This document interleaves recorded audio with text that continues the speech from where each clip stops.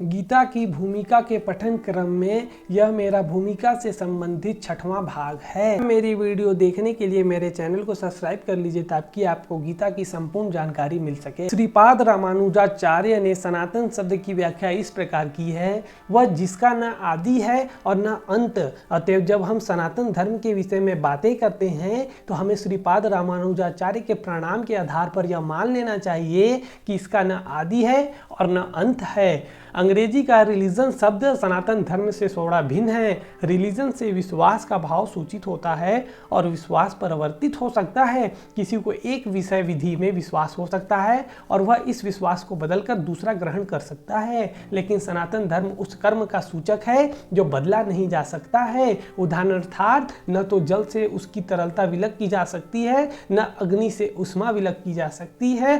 ठीक इसी प्रकार जीव से उसके नित्य कर्म को विलक नहीं किया जा सकता है। सनातन धर्म जीव का शाश्वत अंग है। अतएव जब हम सनातन धर्म के विषय में बात करते हैं तो हमें श्रीपाद रामानुजाचार्य के प्रणाम को मानना चाहिए कि उसका न तो आदि है न अंत है। जिसका आदि व अंत होता है वह सांप्रदायिक नहीं हो सकता, क्योंकि उसे किसी सीमा में बांधा नहीं जा सकता है। जिनका संबंध किसी संप्रदाय से होगा वे सनातन धर्म को भी सांप्रदायिक मानने की भूल करेंगे।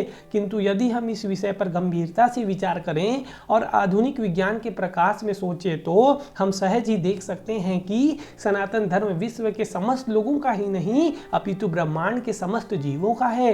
भले ही असनातन धार्मिक विश्वास का मानव इतिहास के पृष्ठों में कोई आदि हो, लेकिन सनातन धर्म के इतिहास का कोई आदि नहीं होता, क्योंकि यह जीवों के साथ शाश्वत चलता रहता है। जहां तक जीवों का संबंध है, प्रामाणिक शास्त्रों का कथन है कि जीव न तो जन्म होता है न मृत्यु। गीता में कहा गया है कि जीव न तो कभी जन्मता है न कभी मरता है, वह शाश्वत तथा अविनाशी है और इस क्षण भंगुर शरीर के नष्ट होने के बाद भी रहता है। सनातन धर्म के स्वरूप के प्रसंग में हमें धर्म की धारणा को संस्कृत के मूल शब्द के अर्थ से समझना होगा। धर्म का अर्थ है जो पदार्थ विशेष में सदैव रहता है। हम यह निष्कर्ष निकालते हैं कि अग्नि के साथ उष्मा तथा प्रकाश सदैव रहते हैं। उष्मा व प्रकाश के बिना अग्नि का शब्द का कोई अर्थ नहीं होता। इसी प्रकार हमें जीव के उस अनिवार्य अंग को ढूंढना चाहिए जो उसका चिर सहचर है। यह चिर सहचर उसका शाश्वत गुण है और यह शाश्वत गुण ही उसका नित्य धर्म है। जब सनातन गोस्वामी ने श्री चैतन्य महाप्रभु से प्रत्येक जीव के स्वरूप के विषय में जिज्ञासा की तो भगवान ने उत्तर दिया कि जीव का स्वरूप या स्वाभाविक स्थिति भगवान की सेवा करना है। यदि हम चैतन्य महाप्रभु के इस कथन का विश्लेषण करें तो हम देखेंगे कि एक जीव दूसरे जीव की सेवा में निरंतर लगा हुआ है।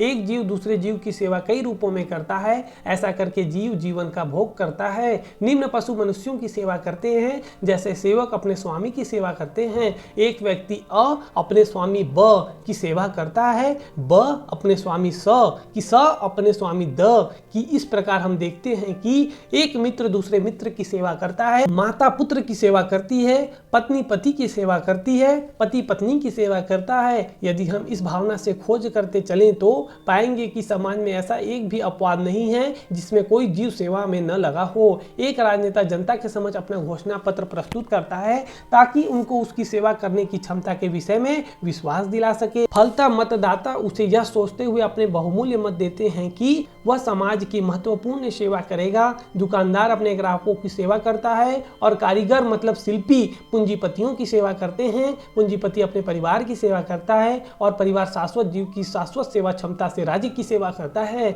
इस प्रकार हम देख सकते हैं कि कोई भी जीव अन्य जीव की सेवा करने से मुक्त नहीं है। अतः हम यह निष्कर्ष निकाल सकते हैं कि सेवा जीव की चिर सहचरी है और सेवा करना जीव का शाश्वत मतलब सनातन धर्म है। तथापि मनुष्य काल तथा परिस्थिति विशेष के प्रसंग में एक विशिष्ट प्रकार की श्रद्धा को अंगीकार करता है और इस प्रकार वह अपने को हिंदू, मुसलमान, ईसाई, बौद्ध या किसी अन्य संप्रदाय का मानने वाला बताता है।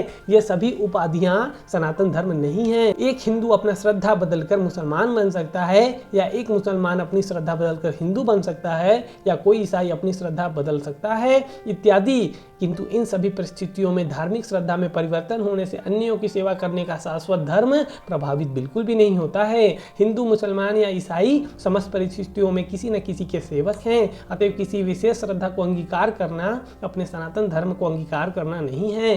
सेवा करना ही सनातन धर्म है। वस्तुतः भगवान के साथ हमारा संबंध सेवा का संबंध है। परमेश्वर परम परम भोक्ता है और हम सारे जीव उनके सेवक हैं। हम सब उनके भोग के लिए उत्पन्न किए गए हैं और यदि हम भगवान के साथ उस नित्य भोग में भाग लेते हैं तो हम सुखी बनते हैं। हम किसी अन्य प्रकार से सुखी नहीं हो सकते हैं। स्वतंत्र रूप से सुखी बन पाना संभव नहीं है। जिस प्रकार शरीर का कोई भी भाग उधर से सहयोग किए बिना सुखी नहीं रह सकता, उसी प्रकार परमेश्वर की दिव्य प्रेम में सेवा किए बिना जीव सुखी नहीं हो सकता।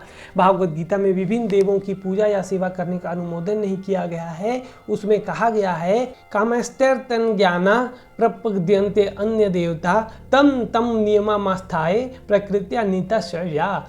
मतलब है कि जिनकी बुद्धि भौतिक इच्छाओं द्वारा चुरा ली गई है वे देवताओं की शरण में जाते हैं और वे अपने अपने स्वभावों के अनुसार पूजा के विशेष विधि विधानों का पालन करते हैं। यहाँ यह स्पष्ट कहा गया है कि जो वासना द्वारा निर्देशित होते हैं वे भगवान कृष्ण की पूजा न करके देवताओं की पूजा करते हैं। जब हम कृष्ण का नाम लेते हैं तो हम किसी सांप्रदायिक नाम का उल्लेख नहीं करते।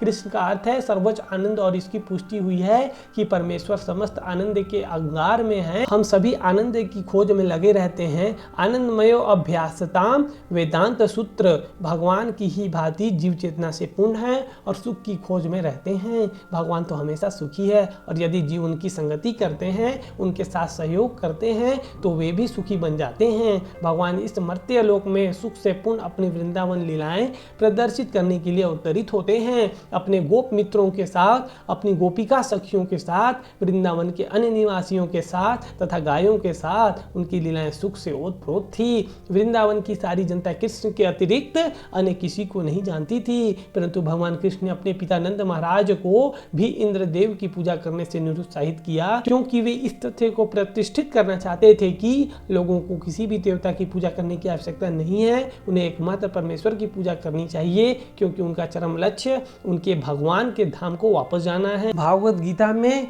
15.6 भगवान श्री कृष्ण के धाम का वर्णन इस प्रकार हुआ है, सुनिए।